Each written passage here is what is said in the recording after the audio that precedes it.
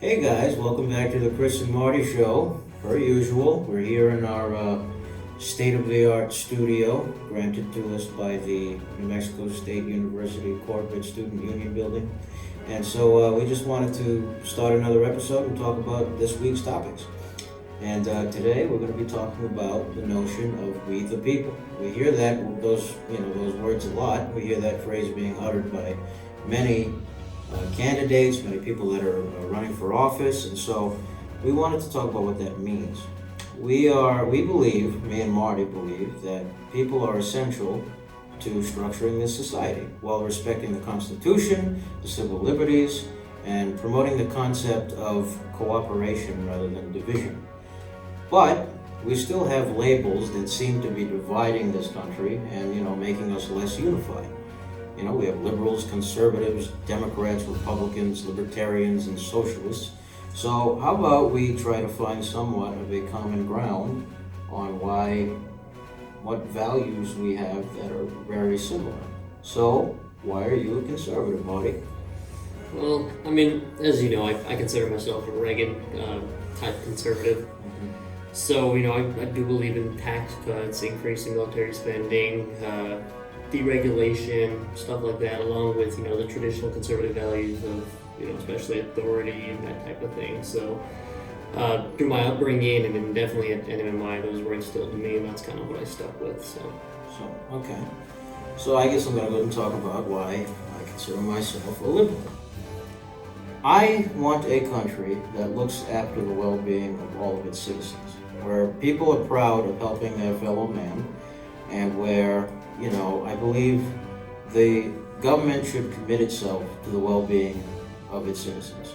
I believe in economic justice, while also respecting that this is a capitalist economy based on a free market system. I believe in a system of equity that looks after all of the members of society rather than specific groups. And you could see it that way through class or racial status or stuff like that. And I think in terms of value, the values that I've been raised with, I think are mainly, they include loving your neighbor, being compassionate towards people, and being open-minded to things. And I don't believe that those values should be exclusive to the people I agree with. I feel like it's transferable to the people that I disagree with too. And so I think most people lose that. They lose that we are all in this together, we the people, one team. What do you think? I definitely agree. It turns into we the people, but except you people, both liberals and Democrats. Liberals and Democrats. So both liberals and conservatives, they play that card really well. It's when it comes to Second Amendment type stuff, conservatives, we the people, but forget what you guys are thinking. Free speech. Yeah, free speech. Exactly. Yeah.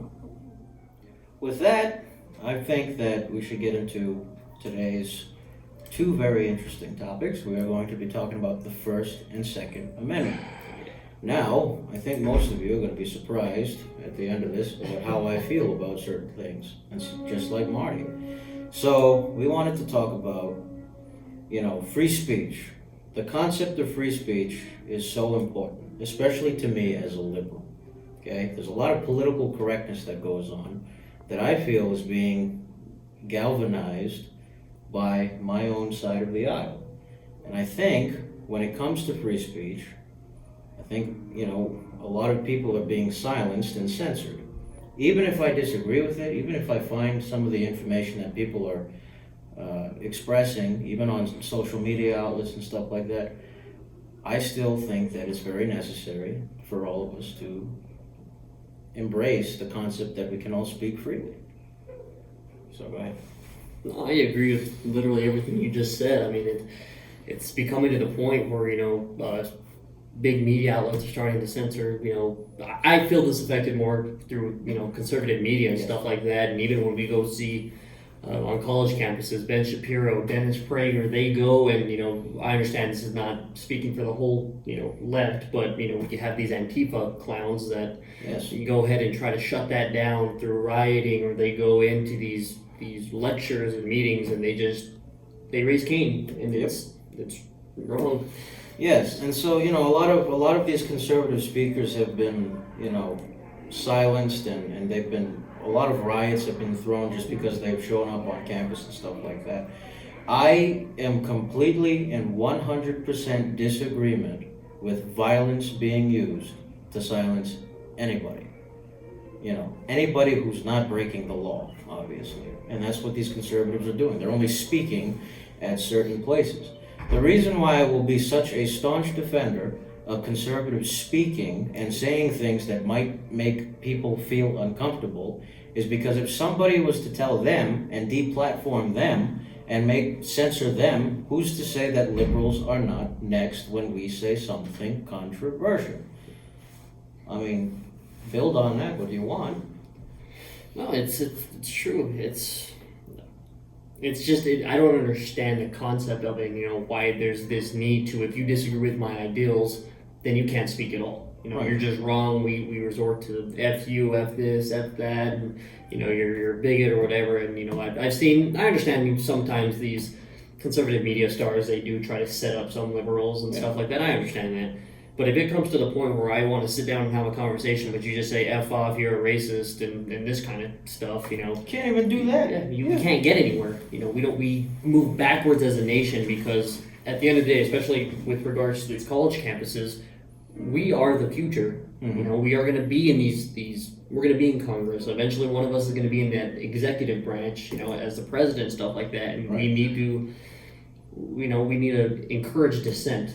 Yes, and and that can all be handled if people, especially a lot of these folks that are so politically correct that you can't say a single thing around them without attacking their what I don't know what it's called, the Democratic Socialists of America had their sensory overload. Now those again, you can't say anything. I mean. And I don't understand why liberals are the ones taking the submissive position of this. Liberals, especially liberal comedians of the old order, right? Like George Carlin, like Bill Maher, whoever else, right? Richard Pryor, all of these people said things that were funny, but also were thought-provoking and may have sometimes have offended people, including conservatives. The evangelicals at the time used to be the more PC-oriented people that wanted everybody to live somewhat of a, pure life under the eyes of God. You know what I mean? And so I don't know what this flip has done, where now that we're in, we've been in power for 8 years, and how that's somewhat changed. So. And it's definitely become more apparent and just, a huge leap forward since, the election of Donald Trump. I understand people don't like him, but to me it seems more just insane, honestly. I don't even know how to explain it anymore. It's just after he was elected president, everyone went off the rails, and now we just got to push that far left, kind of ideology on everyone. And if you don't agree with it, then you're going to get steamrolled. Right. It's just a lot of these folks are emotional hemophiliacs. That's what Bill Maher uses to call them. Anything can make them bleed and cry, and that's just how it is. If you ever come across a person that you disagree with, there are conservatives that I disagree with a lot. There are even people that have just had the most ridiculous ideas of being somewhat ethnocentric and being the craziest thing. But you let them talk so that they make themselves look stupid. We were just talking about, you have one example in the form of the British Nationalist Party, okay, in Great Britain. These people were white supremacists, white nationalists that wanted to get rid of all of the immigrants coming into the United Kingdom, okay? They started winning seats in the House of Commons. They were in Parliament. They were being validated through elections. The BBC decided to have them on during a special in the evening hour of the BBC News and had them talk about their platform. It was until the next election that all of the British Nationalist Party's members in the House of Commons were booted out. That is the power of free speech. That is the power of sunlight is the best disinfectant. Yeah, even now in the United States, when we look at AOC, she got all this steam and stuff, and once she started, going around and opening her mouth and, speaking, which she believed, she started losing a lot of support. Even in her home district, she was in the low 20s with her support. Yeah. And, it looks like she may not even win re-election in her own district. Right. So it's advantageous for either side, okay? Like, you can even say that President Trump, if he continues to keep saying the things that he says, he will start losing the rest of the country. Republicans are liking it right now because they are, and I don't say this to be somewhat of a traitor, I'm not trying to be Benedict Arnold here, but they're the new counterculture. They view liberal Democrats and being through these colleges and everything like that, they think, oh my gosh, it's everywhere, it's in Hollywood, it's on television. They feel like they're going against the establishment. Now, like I'm not going to speak to the fact that I think that, that most of what they're being fed by especially people like Alex Jones and stuff like that is correct. I don't think it's correct. I think a lot of it is very wrong. But we go through this up and down fluctuation throughout society, throughout time, where we begin to, see these movements become what they are because of free speech. Nothing is ever going to be solved if we don't allow the opposition the time to speak and to meet them with the same amount of facts, with intellectual honesty and being as cordial as possible. Sort of like how Chris and Marty are. No, that was the whole premise of, starting this show. A lot of people would come up to us and you're liberal and you're conservative, and how does that work? There's this mentality that's going around this country is, conservatives must stick with conservatives and liberals must stick with liberals. Yes. Even, here's my little tangent, but when Alan was with President Bush, former President Bush, it was like, how could you sit with him? He's a Republican and all this. Is like, they weren't speaking politics, they were just watching a game. Right. We need to get past the mentality of it's us versus them. Right. It's us cumulative as a nation together. We may disagree on finite stuff, but at the end of the day, we are all American, which is the most important thing. It's a part of the process. We're all in this to structure the country, okay?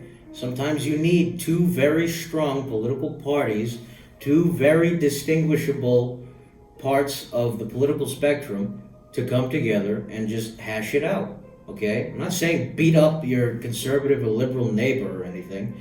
Sit down, talk with them. Change people's hearts before you even think about changing their minds, okay?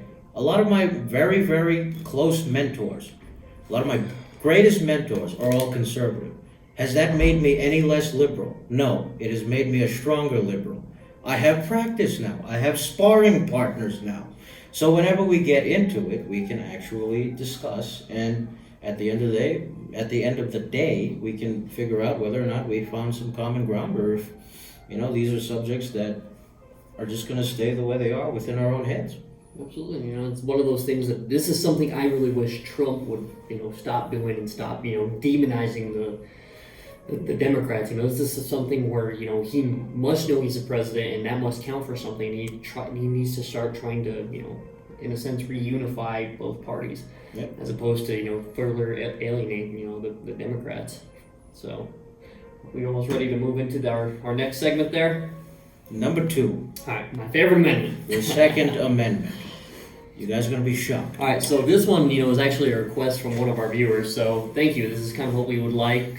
If you guys have any ideas of future, topics that you would love for us to speak on, we would be more than happy to do so. Let us know, even at like 3 o'clock in the morning while I'm still up, or either, in the shower or something, whatever you guys want. So with regards to the Second Amendment, we were going to speak a little bit about gun violence. So, I really want to hear from the liberal side, not not your version of liberal, but the generalized liberal standpoint on gun control. The generalized liberal standpoint and the Democratic platform has always been gun control, okay? Now, this case, a lot of it has come as of recent because of a recent candidate who dropped out, Beto O'Rourke, wants to take away and confiscate guns. And a lot of them are talking about mandatory buybacks, and a lot of them are talking about other things like that. That's basically what's on the left right now. That's people who want to go to the next edge and actually think about banning certain aspects of weapons, like high capacity magazines and stuff like that, or whatever the terminology is. There's clips and then there's all these other things. So But but you know, I mean that's the general Democratic side. But please, No, you know, even from the conservative standpoint, and even here, in southern New Mexico or New Mexico as a whole, we're very unique. We're not, that California, Los Angeles. Even if there are liberals, they're not that type of liberal. Even our sitting congresswoman, Xochitl Torres, she, had a few videos or ads of her shooting a shotgun and stuff like that. Yeah. So, it really depends where you're at. But a big thing now that conservatives are pushing for is, this is not the government's place to, come say, hell yeah, we're going to take your AK-47s and AR-15. So I'm glad Beto's out of there. He's a numbnuts.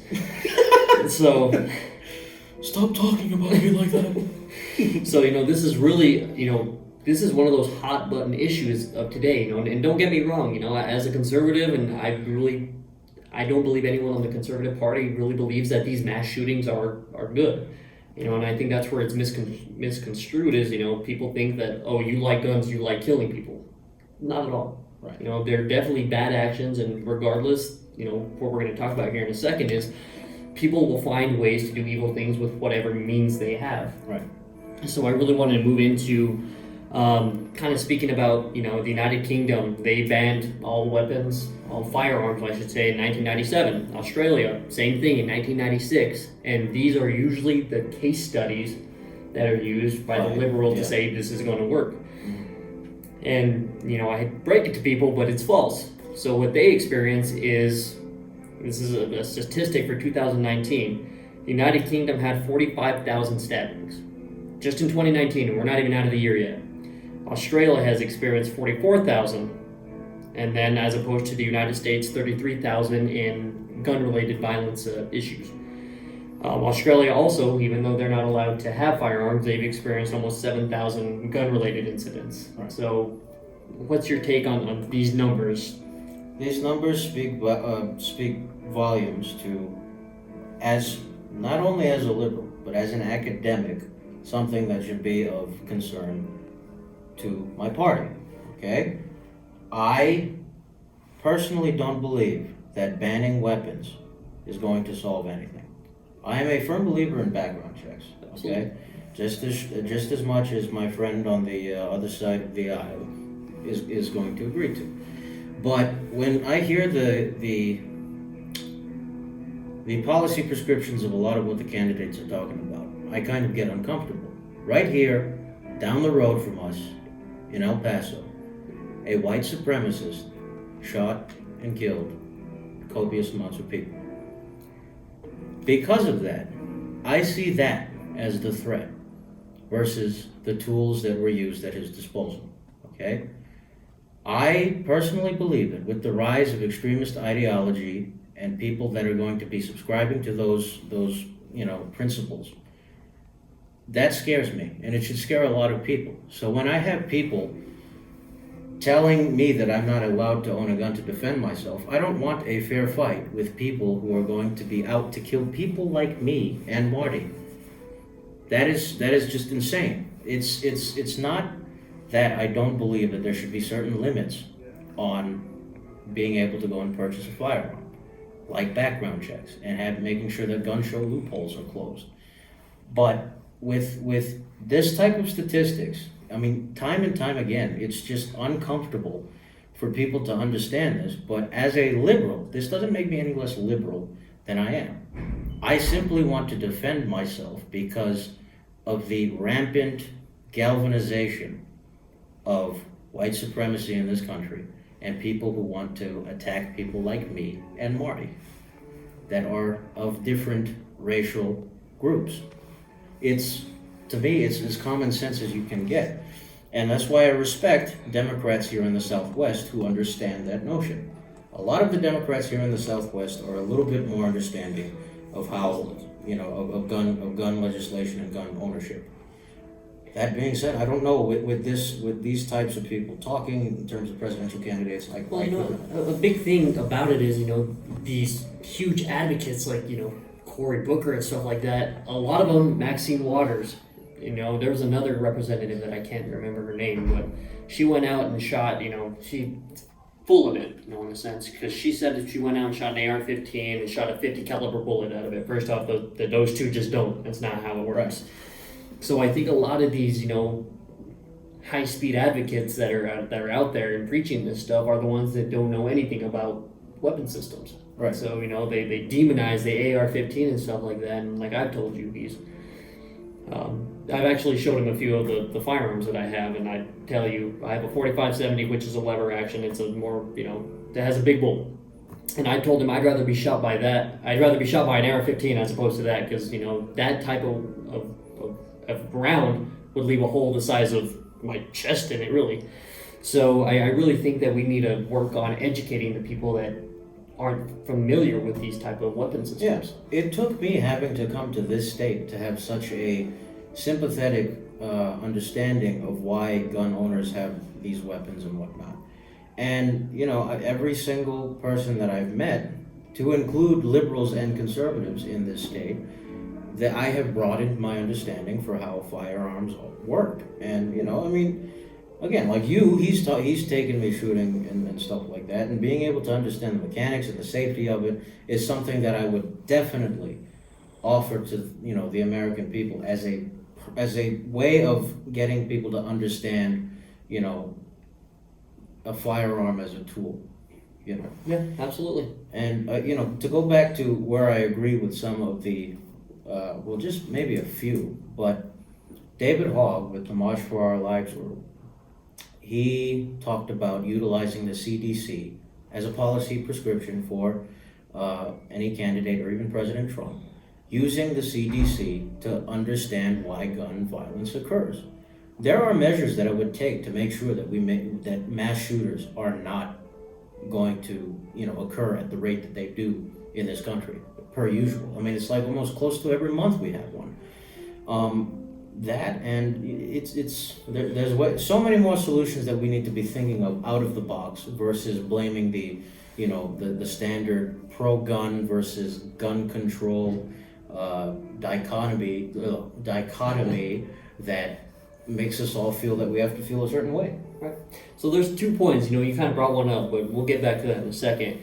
A question I want to ask you. Right now, there's 16 states that offer constitutional carry, which is you're allowed to carry any weapon system on you as long as it's you're not shooting people, really. So do you think this is a good step forward that maybe other states should start modeling after? In terms of just open carry, really. Constitutional carry is open carry, and in most of those 16 states, they can also concealed carry without a permit. Okay. Now, when it comes to gun policy as a whole, I feel like I'm more focused on the culture side of gun culture.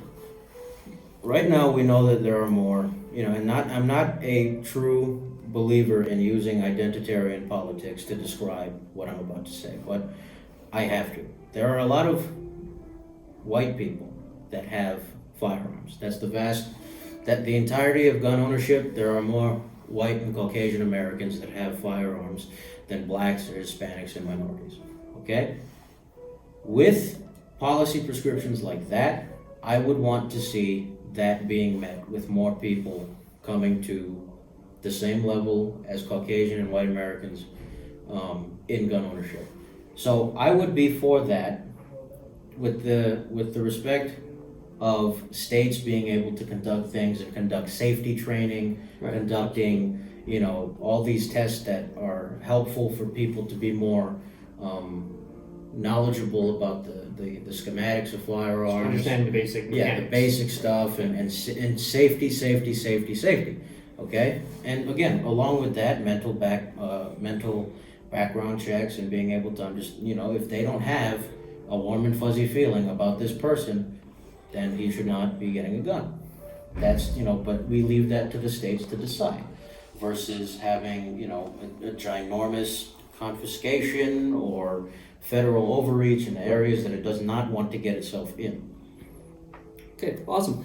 So you just mentioned it with the March for Our Lives and stuff, and I really want to talk about the news media and their relationship with mass shootings. I'm going to ask you your take, and then I have a few thoughts on it. Well, here's the thing, okay? In Las Vegas, that was the most that with the Mandalay Bay shooter, I was the most uncomfortable with the fact that we did not get to the bottom of it. And the media kept on shoving that into the face of everybody that was in Las Vegas and around the country. Their perspective on mass shootings happening and stuff like that, statistically, we've only had, I believe, 365 is what you said, mass shootings? Around, yeah, roughly. Yeah, okay.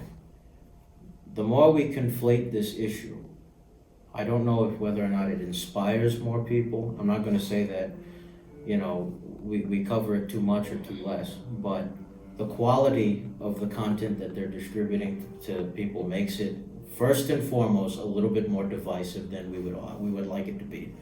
And, that's where things get lost in translation. No, I agree, in my opinion, right, where I'm coming from is I do believe the more the media covers it and blows these things out of proportion, they are horrendous acts, there's no disputing that. But if we look at, the El Paso shooting, as bad as it was, it was on national news coverage every day for almost 2 weeks. Mm-hmm. Why does it need to be just repeated? This is bad, yes, we know, and we do send our condolences and stuff like that. But to me, it does inspire, other people to say, hey, I want my 10 seconds of fame, and if I go do this or shoot in something I believe in, I'm going to be able to, have my fame for weeks. Right. And I'll tell you right now, that guy that shot El Paso, he did have a manifesto, right? He did. And I'm glad that they found out investigative elements. We want more investigative elements as to why these people are committing what they're doing. They're committing these crimes, and we'd like to know, what is sparking it. That is what's in the public's interest. Yeah, and with that manifesto, I guarantee you, if he would have published that just like he was without, that shooting, no one would have read it. Not a single person. But since the media blew it out of proportion for about 2 weeks, everyone in the country, there's a manifesto, and people started reading it, and now what does that do? It starts spreading his ideology out there for, in a sense, to inspire people to do the same thing. Right. So, I mean, it's a complicated issue when it comes to these mass shootings. But again, I'd feel much more comfortable if Americans, had the access to be able to be secure in their own homes. And, obviously, and we can hash this out whenever we have another episode, but I'm pro-gun for the reason that practical defense is necessary for every American, and it should be granted to them. That's what the Bill of Rights does. That's what the Second Amendment does. I don't have to be a supporter of the NRA or a member of it to be pro-gun. But, with these issues being as prevalent as they are, I will stand by my beliefs that we should all be afforded the ability to protect ourselves. Yeah, absolutely. I do believe that, it's like you said, it's a fundamental right for people to do. And I think both liberals and conservatives really need to start bridging that divide and find a common ground. And like I said, me and you agree that we can find part of that with those background checks, Yes. And I hate this whole common sense, common sense ain't so common. I hate to break it to people. But, I do think we do need to find something that does kind of bridge that divide without saying we're going to take your AK-47s, your AR-15s, or this, or that, just because they look scary. When in reality, they're honestly, in a sense, useless weapon systems compared to what other firearms that are out there.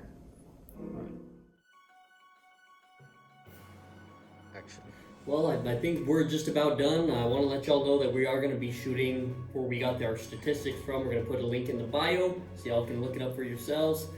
And then secondly, before we close out, I wanted to let y'all know if you do have any recommendations, we are serious about it. Please shoot us a message, shoot it in the comments, any way you feel necessary, get a hold of us and let us know. We would love to hear what y'all are thinking. Like always, please like and share. Have a great week. We love you.